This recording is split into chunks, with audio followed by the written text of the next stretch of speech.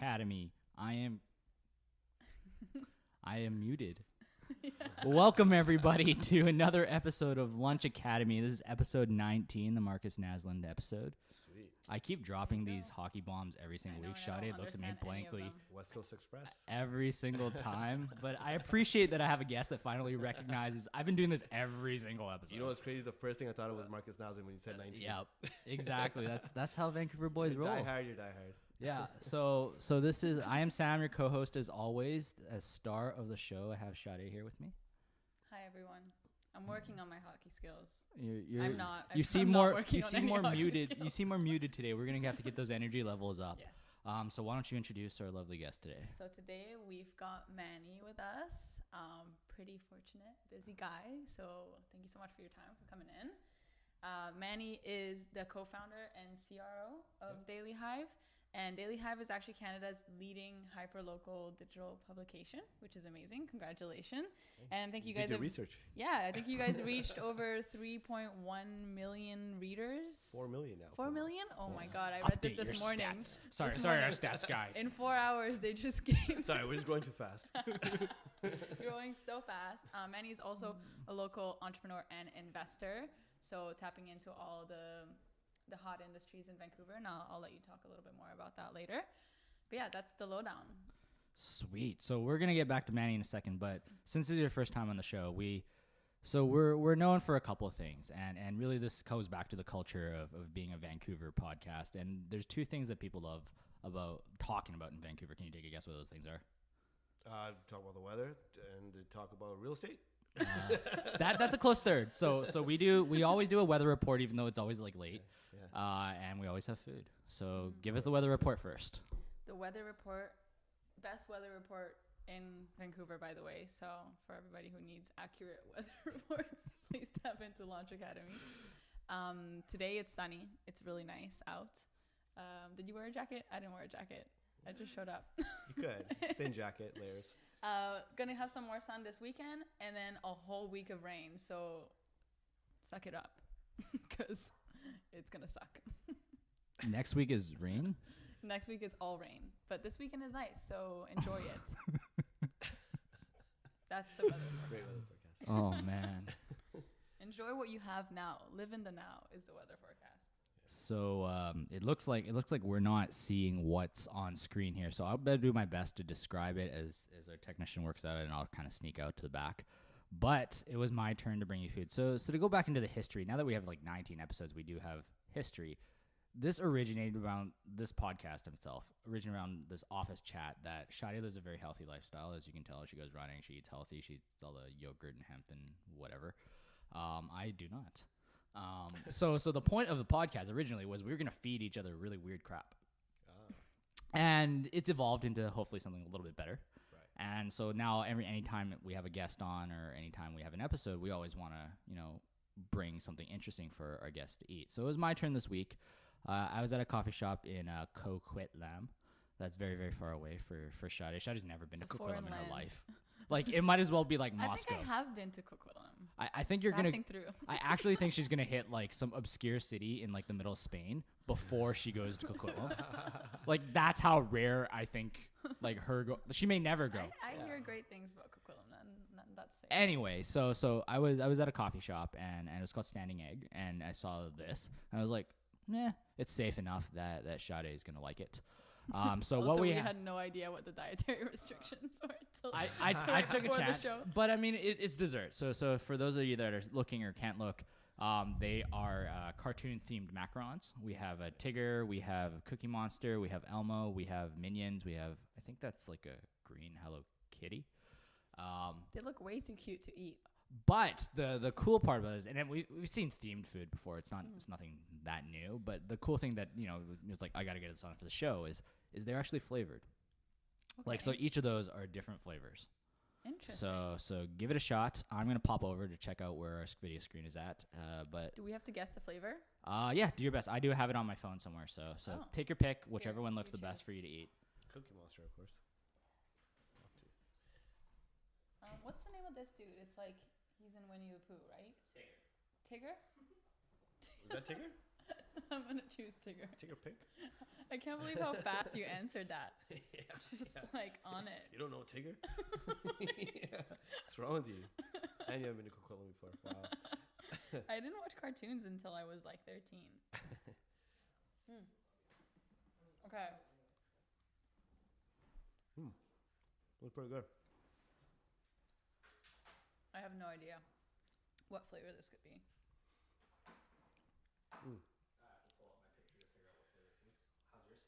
It's pretty good. It's something. The colors are so vibrant. He's just saying this for on air.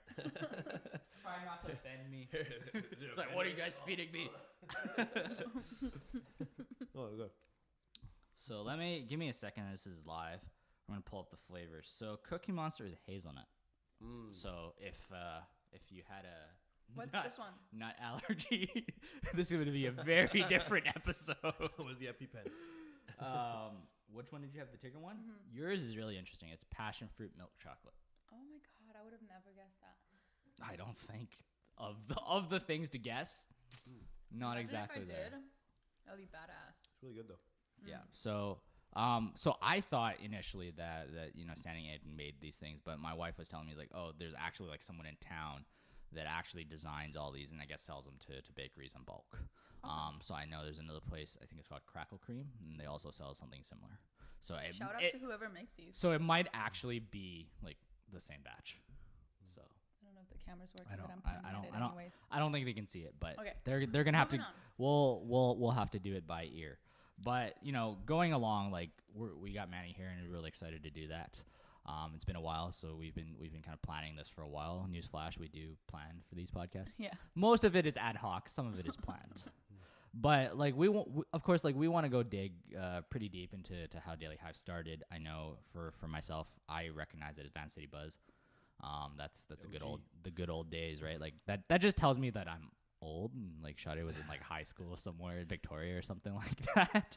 But like let's go back to the very beginning. Like I know there's a couple of you guys who started it.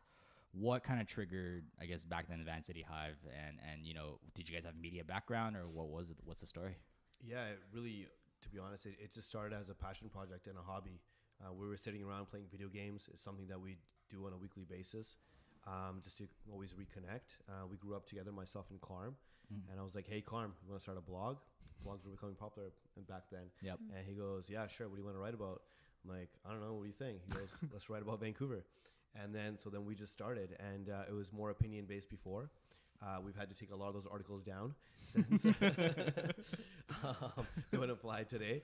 And we were super passionate about our city. And at the time, it was known as like the No Fun City. Yep. I don't know if you remember. I remember that It was- hashtag It or was something gloomy. like that. Yeah. It was rainy, Yeah. and like that. It was all like negative stories and like No Vancouver. violence and crime and no grizzlies. Like it was Yep. just like the news was just reporting everything that was wrong with the city, and we Yep. were like, hey, you know what? Why not? Let's talk about the positives and the cool people doing cool things, and help people connect with their city, and let's help make it a better city. So that kind of quickly became our mission. Very cool. Yeah. And so prior to that, like, did you guys study like media in school, communication, journalism? Nah. Carm was an accountant. He was working at Blends Coffee. He was a controller. And That's amazing. yeah, and I was finishing up at SFU. Yeah. Finishing my BBA, joint major in economics. Yep. I've always been entrepreneurial. I started coding and like making websites when I was in elementary school. Yeah. Just had some good tech background. And just like learning on my own. Yeah. And then, to computer science. I was supposed to become a software engineer. I switched in my first semester to switch over to business because it's more challenging and more fun and more money. Although software engineers do amazing. Yeah. But I've always been entrepreneurial. I'm a bad employee, so That's fair I enough. knew I was gonna be a business owner one Yeah, day. because I remember I think one of the first iterations it was on WordPress, right? I don't know if you guys are still on WordPress now, but yeah, we're still on WordPress, it's still on but WordPress. it's a little different. Yeah. Yeah. So back The then. front it's- end, the posting and all that stuff and everything. But we got Ruby on Rails, Yep. but we're switching everything over. We're going to React. Yep. Yeah. That's the trend. You heard it here first, right? Like, who goes deep into the code source of Daily Hive? Yeah. there you go. It's like, this is Now the you know. only podcast that does Now that. you know. No, but that's super cool. So, like, I guess at what point when you guys from a passion project to what were kind of like your moments? Like, this could actually be a business. This could actually feed me, my family, so on and so forth. Like, I'm sure at first, like anybody can start a blog. I've started like 8 blogs. At no point during any of my blogs did I think like, hey, I'm gonna eat off this, right? And you know, beyond that, obviously now Daily Hive being you know, cross national and stuff like that. But what were kind of like some of the moments that you thought like, hey, like this is a thing? Yeah. I mean, you won't believe how much time we put into it, right? Like, just invested and just super passionate about it. And it was like a second full-time job. Yep. Carm especially just was all over Twitter. And it was his face for the longest time as avatar, which just actually a few years ago we switched over. And it was all about, like, you know, building relationships and being genuine and, you know, connecting people even with coffee offline and, you know, being like, thank you for being, you know, a loyal supporter. And we grew slowly but very organically in Vancouver. And that's been our biggest strength is we have that close connection with people, that loyalty, that brand equity that we've built. And then as we grew, I think in terms of monetization, in 2010 we saw a spike in traffic during the Olympics. We were like, okay, cool. I think we're onto something. Let's continue, because we were assessing at the time. Okay, is this kind of was so fun? You guys all still had kind of side jobs and I did all sorts of things. Yeah.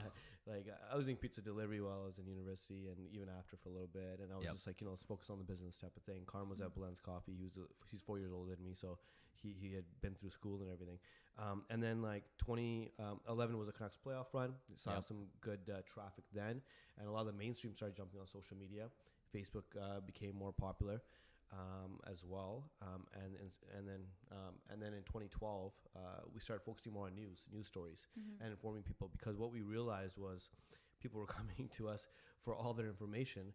And we felt like, oh, we have a responsibility to actually inform people on what's going around in their neighborhood. Because you were saying at the beginning it was very opinion pieces, like this is what you noticed, right? Yeah. So then, then in terms of when we thought it was going to become a business, we were just super focused on just building our following, and we knew we could monetize it after. I mean, look at Instagram, right? Like they had like 13 employees, had whatever 100 million followers, how many followers they had, and sold for like, what was it? How much did it sell?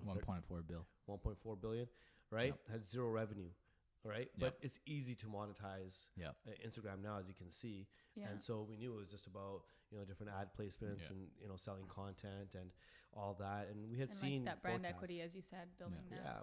It was more focused on, you know, building the best product possible, improving, you know, every day. Improving our content every day, improving our website every day, and then monetize. When did you guys actually make your first dollar, if you're allowed to say, I guess? We made our first dollar in the first few months, actually. Really? Yeah.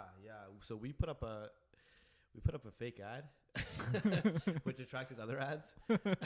Okay. Smart. So we put up an ad for Blends Coffee. Thanks, Blends Coffee. For being our first non-paying customer. They don't know. And then we had our first advertiser, which was, I don't know if they're still around. I've never used this service, but the Bachelor Plan. And they planned stags. Okay. That's awesome. They paid us $75 a month. And that was our first revenue. We've been profitable since day one. Oh, we started on a free website. It's very cool. Wow. Yeah. That's amazing. That's awesome. And did you guys at any point like do fundraising or anything like that? Or No, we've been bootstrapped since day one. I came on full time in 2014. Okay. Of August, and my goal was to further monetize. We had like 4 or 5 employees at the time, full time. We were just reinvesting all the profits we made into the company and into our employees. And I promised Carm, I was like, hey, listen, I'm gonna make sure we get the revenues up so that you can come on full time as well. And so, you know, paid myself minimal, you know, got the revenues up to the goal like earlier than I expected by December. And I was like, hey, Carm, come on full time. He's like, man, he's like, I got a wife and a kid. I can't just like jump on full time. I got a pretty steady job right now. Yeah. And I'm like, just do it. Watch, I'll prove it to you. And then so a couple more months went by, and he's like, all right, cool, I'm in. And so then he came on full time March of 2015, and then I think it just makes a big difference when the founders are on full time. Yeah, but you guys took it very methodically and organically, and I think that's the story that we, you know, at Lunch Academy we're trying to tell is like a lot of people think, well, there's this overnight success thing, but I mean, you're talking, you guys started in what, 2009?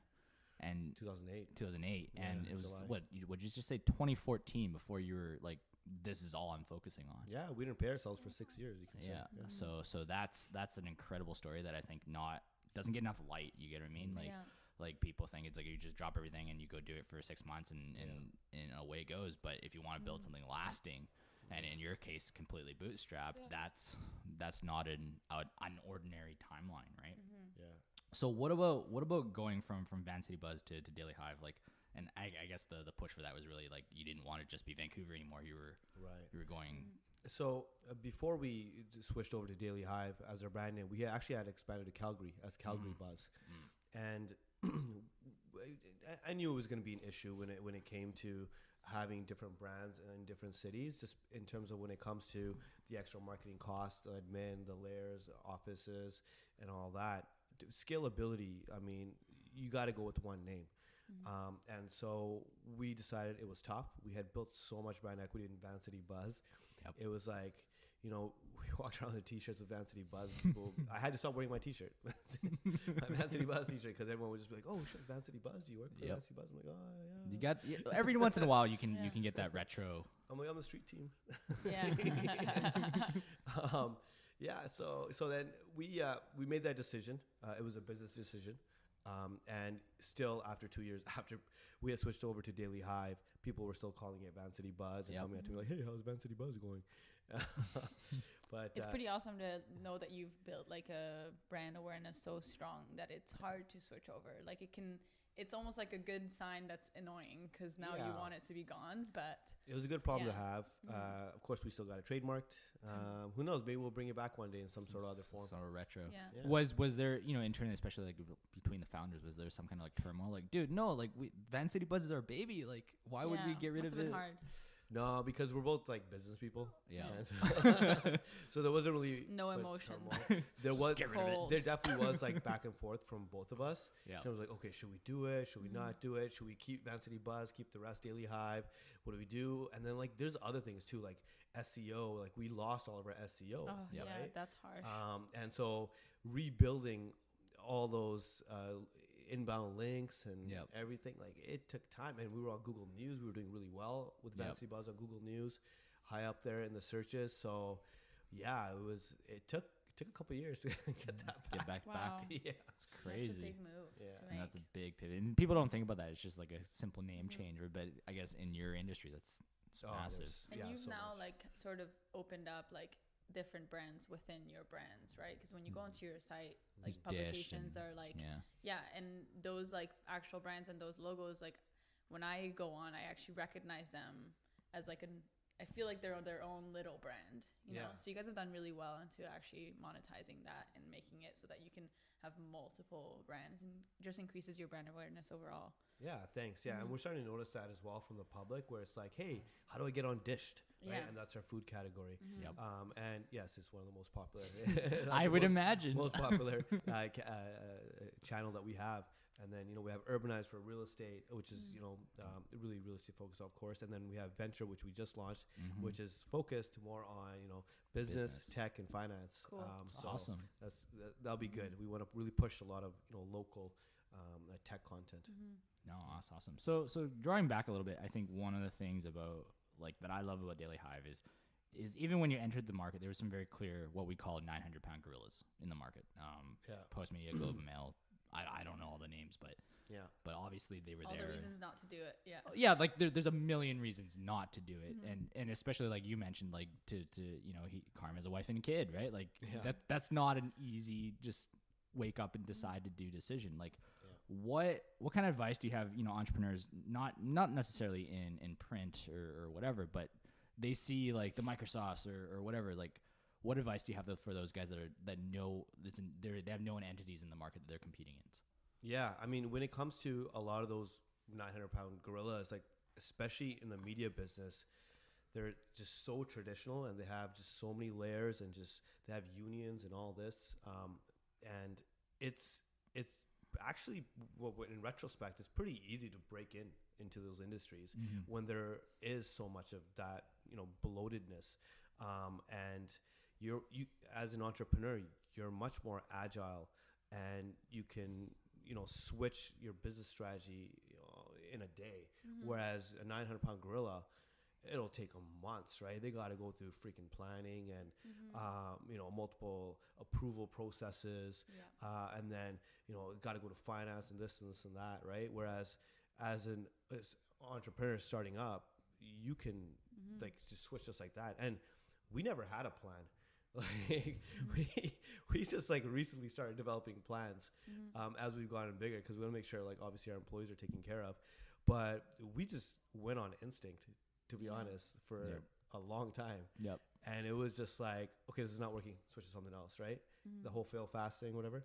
Right. So what would you say one of the, at least publicly, what are the biggest failures that you guys experienced early on?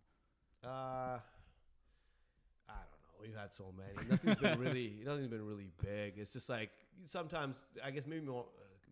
Sometimes maybe we'd publish something we shouldn't have published, or sometimes, like we publish something that causes an uproar or whatever. But it's fine. Media is a crazy world to be in, for sure. You get so much judgment left, right, and center. Like that must be hard to navigate, for sure. Yeah, I mean, but it's actually kind of funny when we read the comments.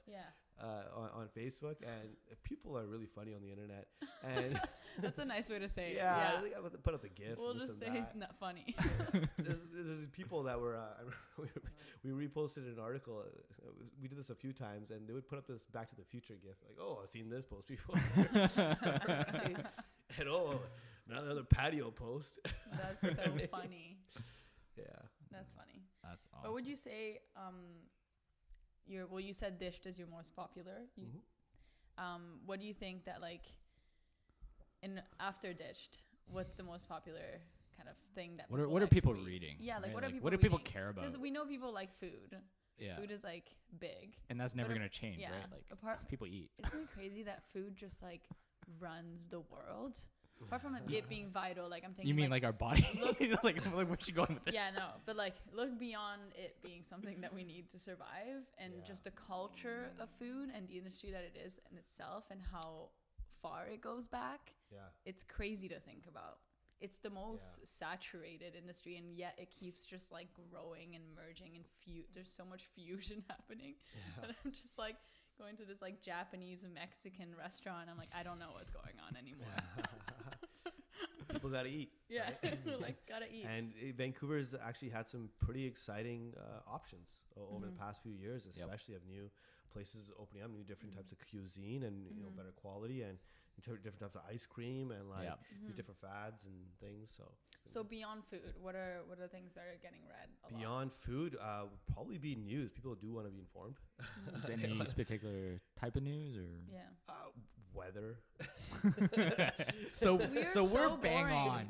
So Humans we're bang are on. The worst. Yeah. So there's no reason that our content shouldn't go viral, because we did the food, we did the weather, we bring the guests, and that's the 3 steps, right? Keep being persistent. Yeah. That's it. Yeah. That's it. You'll get That's it. hilarious. What about from city to city? Like, and this is me going on a hunch. I would find that perhaps Vancouver is more obsessed with reading real estate content, because all of the factors that are going on. What about like compared to other cities? Like, are there specific issues in say Ottawa or I don't know, Manitoba, wherever you guys are at, that you're noticing like certain trends? Yeah, definitely. I mean, there's different tastes. Food is popular everywhere. That's for sure. But when it comes to like reading habits and what people are interested in, definitely, real estate in Vancouver. Toronto obviously is more like, finance and sports and business, and is more of that a city, hustle, go. It's just different topics. I mean, the channels can be popular. Like, for example, oil is popular in Calgary. Fair enough. Yeah. Right? The oil industry and the pipeline issues and news. The reading habits are different. People tend to read more in the evenings and nights in Vancouver, and during the day during work. But whereas in Calgary, they don't read during the day because they're more on shift work, and so they'll read more in the evenings. That's fascinating. Yeah, it's interesting. And those are things that we kind of just learn on the go. That's very cool. so sorry, how many cities is Daily Hive in now? 4, yeah. 4 different cities. So Montreal as well. I'm guessing there's staff in each city. So as you guys went from 2-3 guys doing this while delivering pizzas, working at blends, all that. Carm worked at the same pizza place too. Shout out to Supreme Pizza, Victoria 49th. Supreme Pizza. That's how Supreme got popular. We're talking about the streetwear brand, and she's like, so the completely off topic. Like I gave Sade my old work laptop because she's starting to do more video editing and that stuff, needs some more power. Yeah. And I had this Supreme sticker on it. So for like 2 years, people would like come in and like give her this like dap. I know, I get so much street cred from a Supreme sticker, and I'm just like, I feel like such an imposer that I feel the need to buy something Supreme because I just like. I'm tired of being a fake. I need to be part of this hype game. So I mean, shout out to Supreme, but besides that, I've completely lost direction of where we were going with this. Supreme Pizza. Yeah. So from there, like, and going into you guys, we talked about office space off air, right? How do you scale culture, and how did you guys decide like what kind of culture you guys want to build? Yeah. Well, you know what? I mean, the business itself only gets easier. You only get better at it. It's just certain things you got to take care of finance wise and scaling on that for that. But in terms of the culture, it's very important. You really got to look when you're hiring for culture fits. Things can get out of hand. You get the wrong hires, and things can get toxic. And it's not fair to the person that you're hiring as well because you're wasting their time too. Yeah.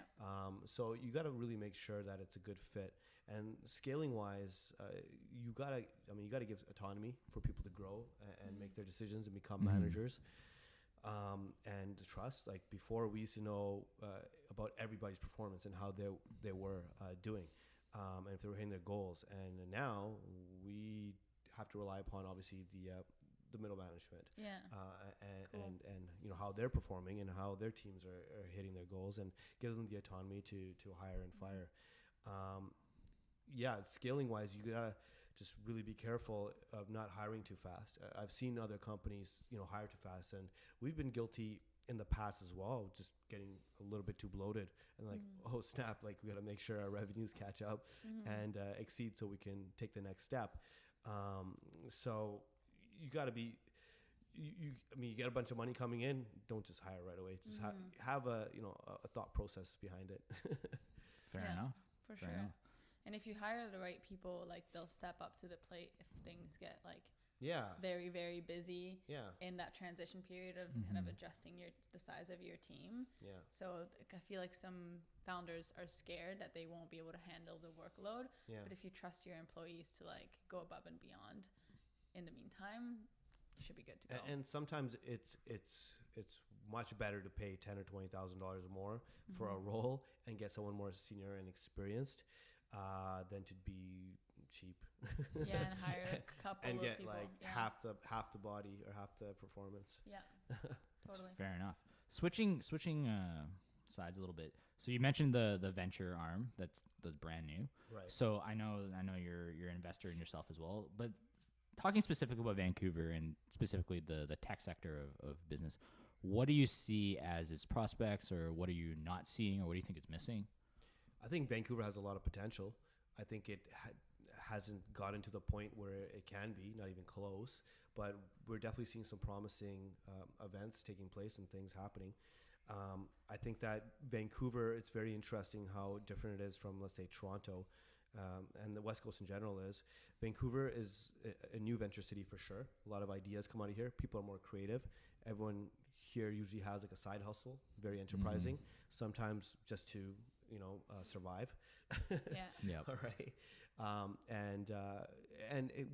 We take time out for more of a work-life balance. Yep. Go for a hike and just be outdoors, which leads to more ideas and smoking weed, whatever your cup of tea is, right? Yeah. Whereas the East Coast in Toronto is more process-driven and is more inside the box and is all about just straight work ethic and not so much about work-life balance.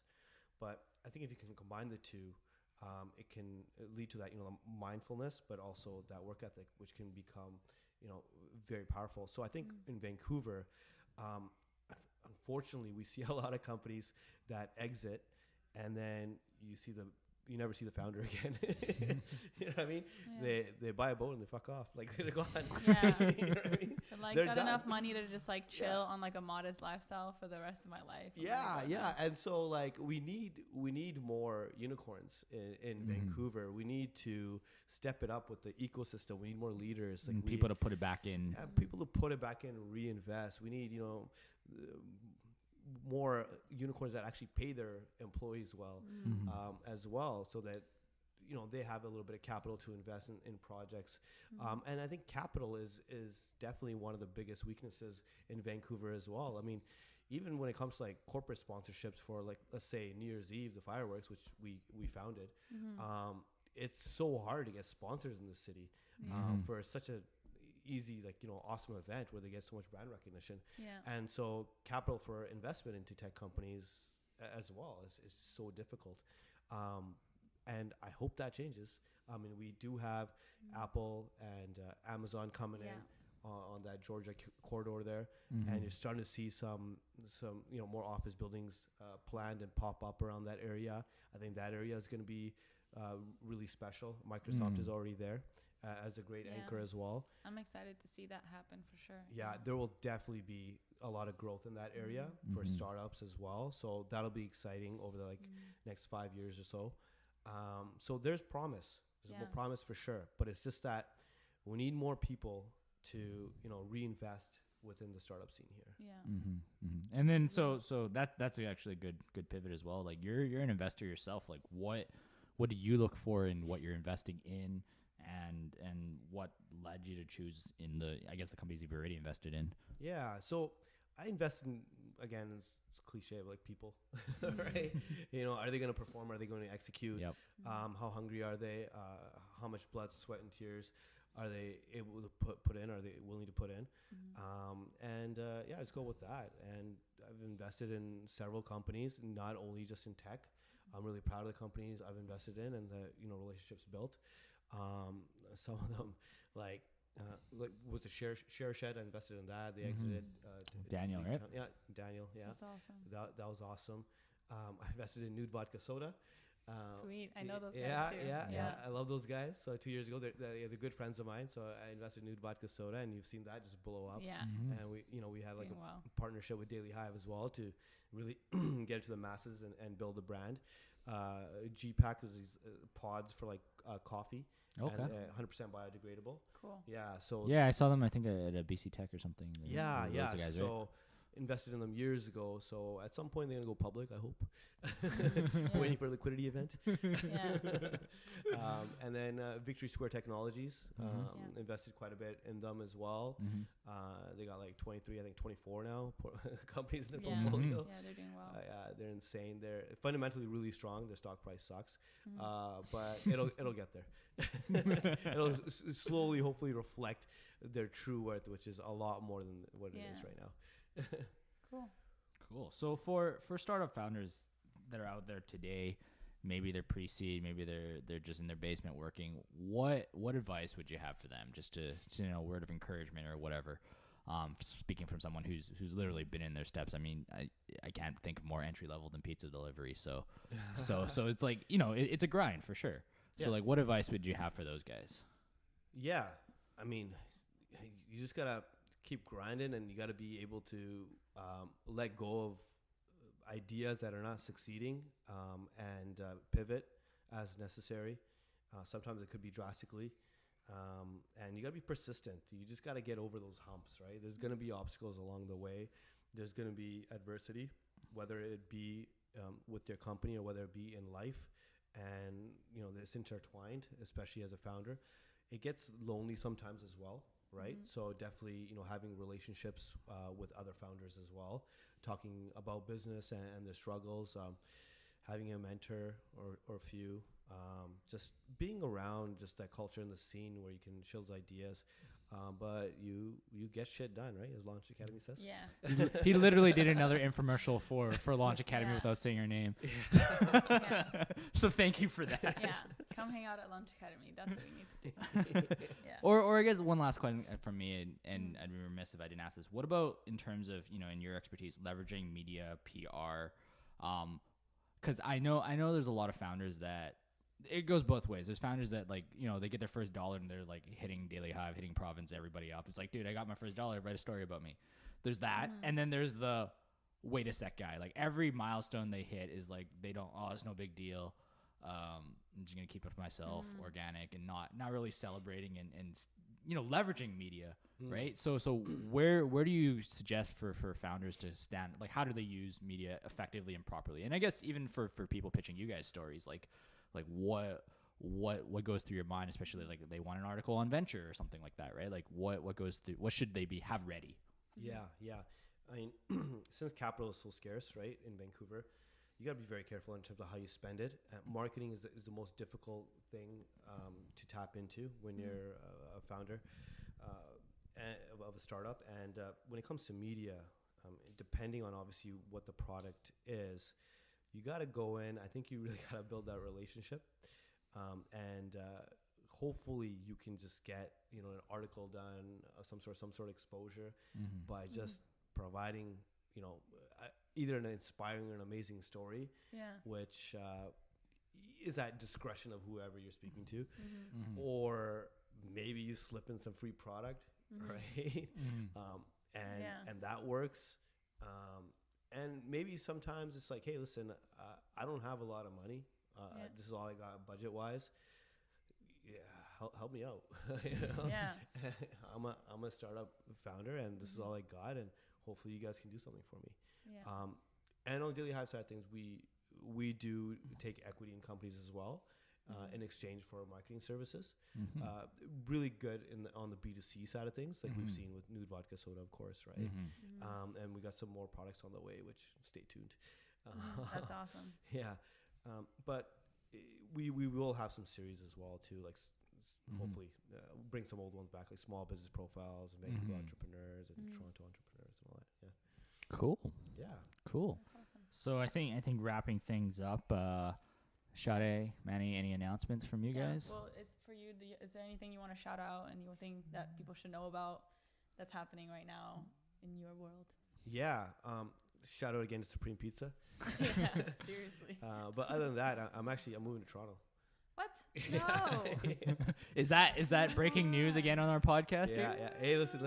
We just spent like 45 minutes talking about how Vancouver needs more people like you, and now you're leaving us. No. Hear me out. I am a Vancouver boy. I am gonna completely miss the scenery, the ocean, the mountains, the beauty, the nature. They don't have that in Toronto. They have a beautiful skyline, but there's no mountains behind it. No. It sucks. So definitely gonna miss that. But the thing is, like, the energy there in terms of like the work ethic and making things happen, and just the capital and just expanding the network. Like here in Vancouver, kind of tapped out, to be honest. We can really just meet with anybody now.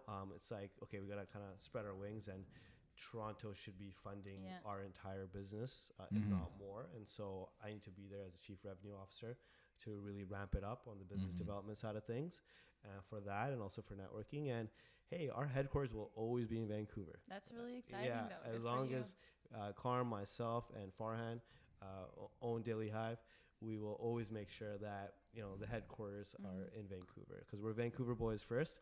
And that's what matters. And so, hey, maybe I can take some of that East Coast capital and bring it over here to the West Coast. Wouldn't mind that. No, it was funny. I was joking with him off air. He's like, so for those of you that can't see like our screens or whatever, and I guess for those of you listening too, he's wearing this Reigning Champ sweater, and again, like most people don't know what the heck I'm talking about, but it's a Vancouver brand, right? So Reigning Champ is done well. It's crazy because my girlfriend lives in Toronto as well, so that's another reason. Okay, makes sense now. It's all adding up. But like she'll be like, hey, you know, we got this amazing cactus club, or like got this amazing, you know, whatever it is, right? I'm like, oh, you know, that started in Vancouver, right? And she'll be like, what? And then after a while, she's just like, oh my God, does everything just start in Vancouver? Only the cool stuff. Yeah, cool like there's Joey and Earl's there. Yep. Like, Lululemon, Lush. Lush. Yeah, they're all like Sage, like Aritzia? all the cool companies. Aritzia see, that's the thing, though. I like Aritzia started in BC. It does. They're in Railtown. Yeah. Aritsia's in Railtown. All the cool stuff. But the new ideas and the new ventures, they start in Vancouver, because everyone here is like high on weed and think of new ideas. Yeah. Joe Wilson, you think he wasn't smoking weed when he thought of We cannot say. I don't even smoke weed, but I'm just saying. No, there is a lot of inspiration in the air here, and I do think like it goes right back to what you were saying, like having that work-life balance. Yeah. People have time to think. Yeah. And I think that's the problem with East Coast. I don't think people have time to think. No. I was actually I was listening to this TED talk of this girl who was saying how being bored is good for your creativity.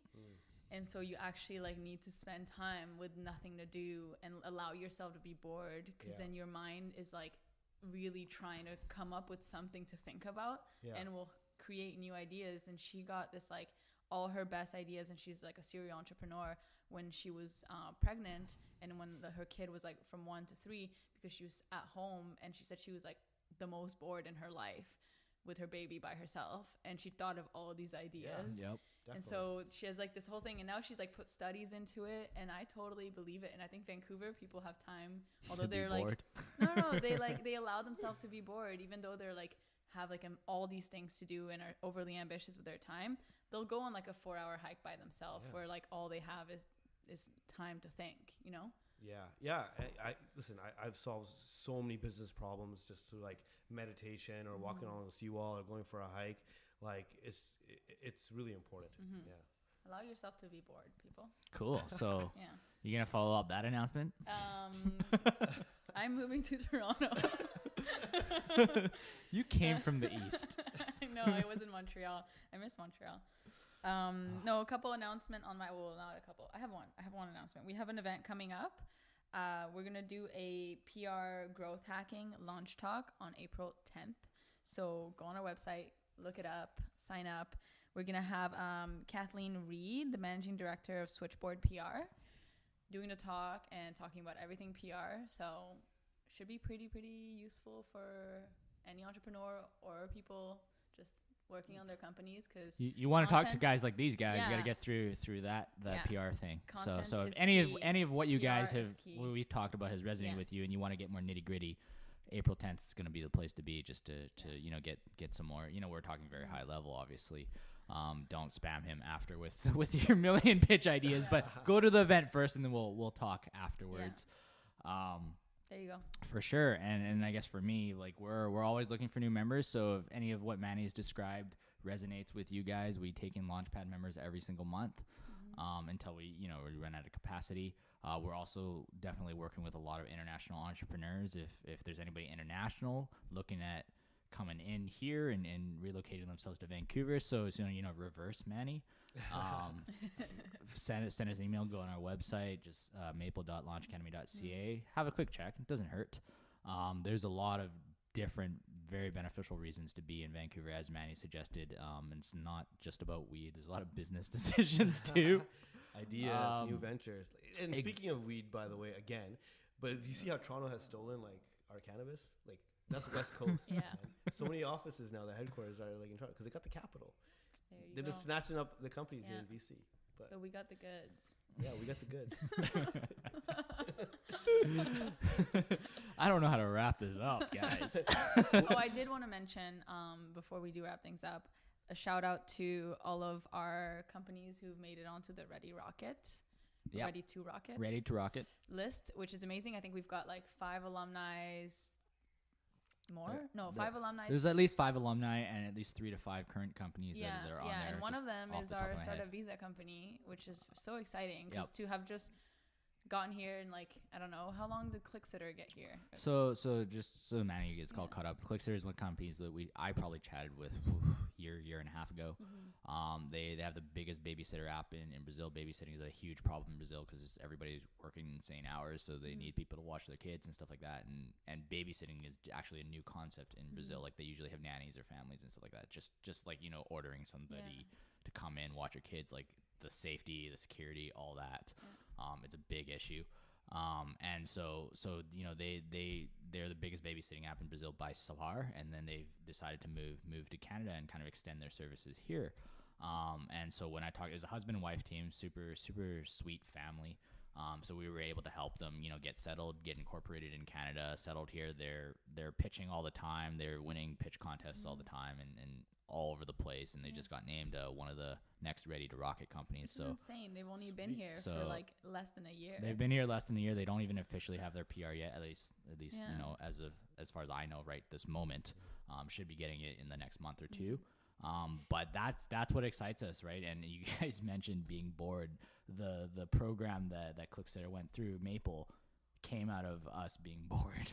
Frank, and this is another scoop, right? Yeah. And I'm going off topic again, but when we do the same things time and time out, and we've been together at Launch Academy for 7 years now, right? And we, like you said, like we know most entrepreneurs in town, and so what was really interesting for us is to work with, like, okay, so what's going on globally? Yeah. Right? Like, how can we help those companies with all the knowledge, all the mentors that we've attained here? How can we kind of build more and grow more? International was the next step for us. But a large part of that had to do with, like, okay, well, what keeps that fire going? Yeah. Right? And I think that's important in any business is you have to have something that has something that's unreachable yet. Yeah. And I think chasing that is what makes it fun. And I think you guys got a lot of stuff to grow too.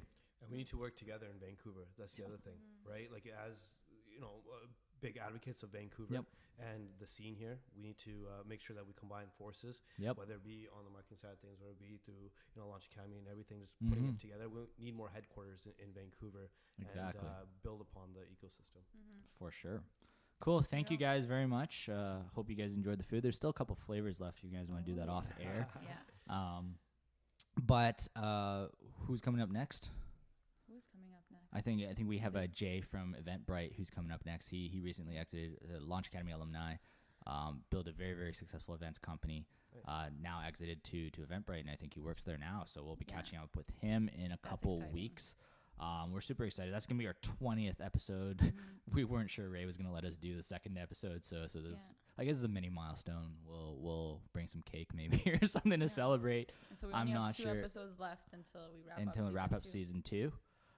So super excited about that. Thank you again, Manny, for coming on. If you guys want to know more about our podcast and all this stuff, make sure you're subscribing on iTunes, all this stuff. Launch Academy. I think either way you can find us. Yeah. I don't think there's a Launch Academy podcast. But also Facebook, Twitter, Instagram, all that jazz linked into. I think it's Launch Academy HQ. You can add us to the socials, and we'll do kind of mini clips. I know a lot of you guys can't see the visuals on this, but we'll get some cool pictures onto there afterwards. Thank you again, Manny. Any last words for all of you guys? Bye. Peace. All right, we're done.